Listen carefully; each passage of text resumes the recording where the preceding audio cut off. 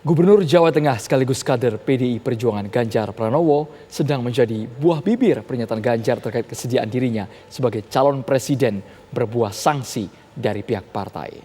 Padahal selain sebagai kader senior, sejauh ini Ganjar juga memiliki elektabilitas yang cukup menjanjikan. Lalu bagaimana nasib Ganjar? Selengkapnya dalam laporan utama kami. Ganjar akankah mujur usai ditegur?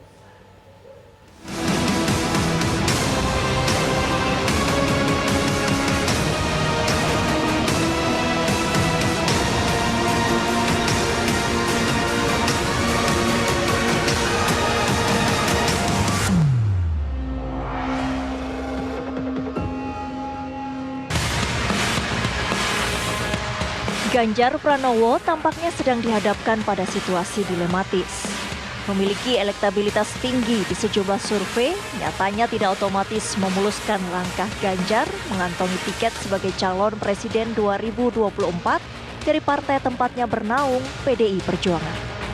Alih-alih dilirik, Ganjar justru seperti dianaktirikan ketika dirinya tidak diundang di sejumlah acara partai. Di PDI Perjuangan diakui Ganjar tak sendirian bersinar.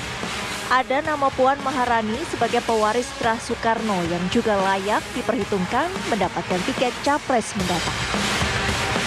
Ganjar yang seolah terpasung tiba-tiba buka suara bila dirinya siap maju sebagai capres asal partainya bersedia mengusungnya. Awalnya pernyataan Ganjar tersebut dianggap biasa saja. Namun lama-lama mengundang gaduh. Ganjar pun kemudian dipanggil Dewan Pimpinan Pusat PDI Perjuangan untuk memberikan klarifikasi.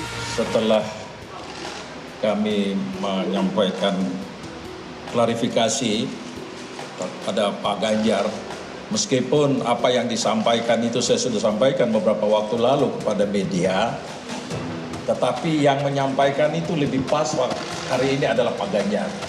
Jadi dia sudah sampaikan, dan setelah kami menilai dari aturan-aturan organisasi, meskipun beliau tidak melanggar aturan organisasi, tapi pernyataan ini menimbulkan multitafsir di publik.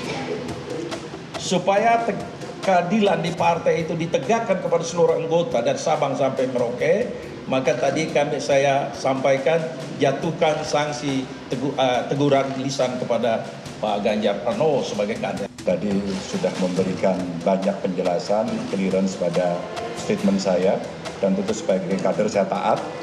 Dan tadi diberikan sanksi lisan, tentu ini bagian dari komunikasi publik yang rasanya saya harus memperbaiki. Dan tentu saja yang kedua, Pak Sekjen sudah bicara untuk PDI Perjuangan, lihat baju saya, semua keputusan terkait dengan Pilpres adalah keputusan Ketua Umum. Jadi semua pasti akan mengikuti. Ganjar dan PDI Perjuangan telah memberikan klarifikasi perihal pernyataan sang Gubernur Jateng menyoal kesiapannya sebagai capres. Walau begitu, tanya mengemuka. Pesan politik apa yang hendak disampaikan Ganjar dengan pernyataannya tersebut maupun PDI Perjuangan yang tegas menegur Ganjar? Ketahui, sebelum ini PDI Perjuangan telah memberi peringatan keras terhadap Dewan Kolonel pada 5 Oktober lalu. Spekulasi, ini kan semua spekulasi. Bisa saja ini suatu upaya Pak Ganjar juga untuk menunjukkan bahwa dia adalah potensi besar. Nah, maka partai-partai sudah seharusnya memang untuk bereaksi cepat. Saya kira dalam konteks itu, ya ini sebuah gerakan politik yang cerdas. Kita apresiasi itu. Ya. Tapi sekali lagi, semua partai politik punya aturan masing-masing. Dan tentu kita tidak punya hak untuk memaksa apakah Ketua Umum PDI Perjuangan atau partai lain harus segera mendeklarasikan siapa calon presidennya gitu loh. Yang jelas Ibu Mega tidak pernah menutup mata dan menutup telinga dengan aspirasi rakyat Indonesia hari ini. Ya, bahwa suara-suara ini menghendaki bahwa nanti yang muncul adalah sosok yang bisa menjaga kebersatuan kita sebagai satu bangsa. Sebelum bereaksi atas pernyataan Ganjar, Partai Banteng sudah menegaskan bila pihaknya tidak ingin terburu-buru memutuskan nama capres yang diusungnya untuk 2024 mendatang. PDI Perjuangan juga tidak ingin terpengaruh suasana kendati Partai Nasdem telah mengumumkan Anies Baswedan sebagai capres, mengungguli Andika Perkasa dan Ganjar Pranowo, sebagaimana nama-nama tersebut sempat digaungkan Nasdem. dengan berbagai pertimbangan kita mengajukan, yaitu adalah pasangan bahkan Ganjar Anies. Pak Anies pun waktu itu sudah bersedia jadi wapres. Ini mohon maaf dicatat ya. Kenapa? Bagi Pak Surya, bagi kami semua adalah pertama adalah kepentingan bangsa yang lebih besar. Tetapi dengan momentum yang cukup lama, tidak ada respon dari berbagai termasuk Pak Ganjar sendiri. Dan kita tahu Pak Ganjar dalam berbagai statementnya masih sangat tergantung bagaimana partai politiknya. Karena betul memang dia adalah tetap menjadi anggota partai politik, yakni adalah PDI Perjuangan. Salah satu kader. Di sisi lain kita tahu juga bahwa bagaimana hubungan Pak Ganjar dengan Pak Jokowi dan berbagai hal sehingga terbaca di publik.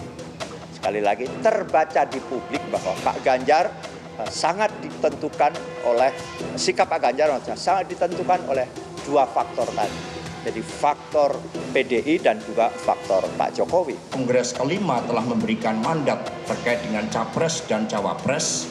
Itu merupakan hak prerogatif Ketua Umum PDI Perjuangan, Ibu Profesor Dr. Megawati Soekarno Putri. Dan skala prioritas bagi seluruh kader partai saat ini adalah turun ke bawah, mengingat persoalan yang dihadapi rakyat bangsa Indonesia tidak ringan.